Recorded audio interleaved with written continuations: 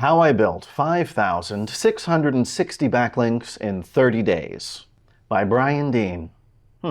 Interesting.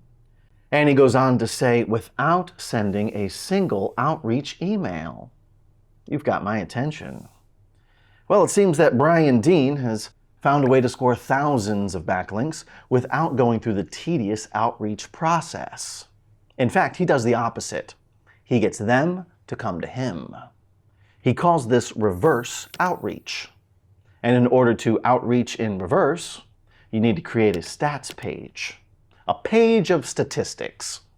Now, it's technically not meant for your target audience. It's for journalists and bloggers in your niche. So at the end of the day, you're creating a stats page designed to be quoted by said journalists and/or bloggers, who in turn provide backlinks, rather than building a page that's meant to get visits from your target audience to get conversions. So it's a little different, but it's effective. And Brian Dean provides his 5-step process leading to a perfect stats page that will bring you a plethora of backlinks. Step 1. Find journalist keywords. What are journalist keywords? Well, there isn't a universally concrete definition for the term. But the way Brian Dean uses it, it's a keyword that would more likely be used by a journalist or a blogger, rather than an average user. A journalist or blogger who is gathering information to write something on something. Something like TikTok. Brian Dean wrote a big-time backlinked blog about TikTok. Specifically the statistics on TikTok. How many people use TikTok? Which country has the most TikTok users? How much do TikTok influencers earn? These questions are your journalist keywords. The average TikTok user isn't likely to use these search queries, but a journalist writing an article about TikTok is. And you can find more simply by asking Google questions about your niche. Type in a question and check out the People Also Ask section. Keep clicking relevant questions, and soon you'll compile a hearty list of journalist keywords. Step 2. Outline your content. You're creating a stats page that has to be interesting or informational to journalists and bloggers. And that list of questions is your outline. When outlining, you don't need to be clickbaity. Your title should be direct and to the point. Something like number of statistics for niche in year. Boring but effective. Use subheadings to cover each subtopic so readers can easily find their desired info. Here's how Exploding Topics outlines their stats pages. They start off providing the basic and sought-after stats early on, and then expand upon those points as the article progresses. Step 3. Data collection. Unless you're conducting a complete survey to find information, chances are you're going to be looking for info on the internet. And you need to ensure that any information you get is accurate. Brian Dean suggests going to websites like Statista and Google News for accurate information. And if you're looking for info regarding a public company, you should be able to find data in their quarterly reports. Research papers and surveys can be found on Google Scholar. And you can check out other stats pages to see how they collect data. Step 4. Optimizing your stats page. If your data is organized properly, it makes it easier for Google to crawl the page, and it can lead to featured snippets. Having subheadings for subtopics helps optimize your page. Another stats page optimizer is using the right schemas. And if you're a little skittish about those schemas, these videos should help out. It's a good idea to include visuals and charts. Even though you're targeting journalists and bloggers, it doesn't mean that you have to create a dry page with just text. Tables can summarize gobs of info into neat little boxes, and a good infographic could be used by other bloggers with a backlink to your stats page. Brian Dean also tells us to include crunchy stats. Stuff that's easy to understand, simple and direct.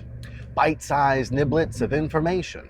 Stuff like industry size, company revenue, number of people doing X, time spent doing Y, percentage growth over time. And once it's all sorted, all you need to do is publish the page to reach step 5. Get backlinks. Let Google take its sweet time indexing your page, 3 to 4 months, and once that's all done, you'll see your stats page picking up traction. There you have it. You're getting backlinks without sending a single outreach email. And factoring that only 8.5% of outreach emails even receive a reply, which doesn't necessarily mean that a backlink is on its way. I'd say that this reverse outreach business is a good deal. One would imagine that this reverse outreach thing would be the talk of the town, but it actually looks like no one is talking about it. I typed reverse outreach into Google and I got like 10 results. And the rest of the results were all about regular outreach with no reversal methods mentioned. Is it really such a secret? Well, no. If you Google stats page, the list goes on and on. Search Engine Journal has this article on how to use statistics content to attract high-quality backlinks, and another on how to optimize your statistics pages to earn links. There's no reference to reverse outreach simply because the strategy of using stats pages to get backlinks predates Brian Dean's coined term. His term is really just a way to describe the effect of a successful stats page. Ahrefs put out this blog back in 2020. Link Building Case Study: How We Built Backlinks with a Stats Page and Ranked #1. Right now, that stats page has 4.7 thousand backlinks. And in the blog, they did mention that they sent 515 outreach emails. And that extra effort gave them 36 backlinks from 32 websites for their stats page. Now, to be clear, although Brian Dean did talk about getting 5,660 backlinks without sending a single outreach email, he never actually prohibits sending them for the strategy to work. You can still use outreach emails to try and garner more attention. But the point that he's making is that a well-crafted stats page speaks for itself.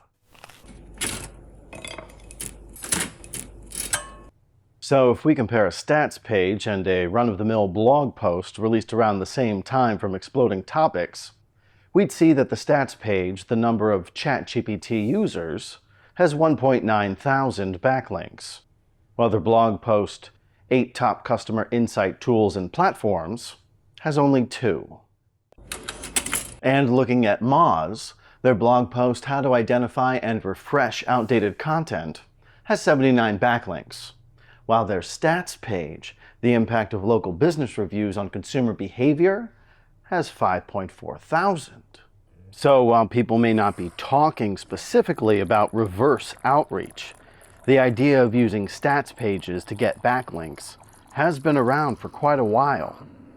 So if you're keen on boosting your backlink profile, then you could adopt the approach of setting up a stats piece after every few blog posts.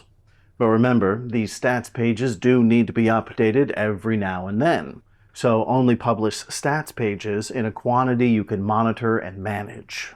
Another thing to note is that your stats pages aren't likely to get a lot of attention from your target audience, since they're built for bloggers and journalists. So you shouldn't flood your blog section exclusively with stats pages if you expect any direct conversions.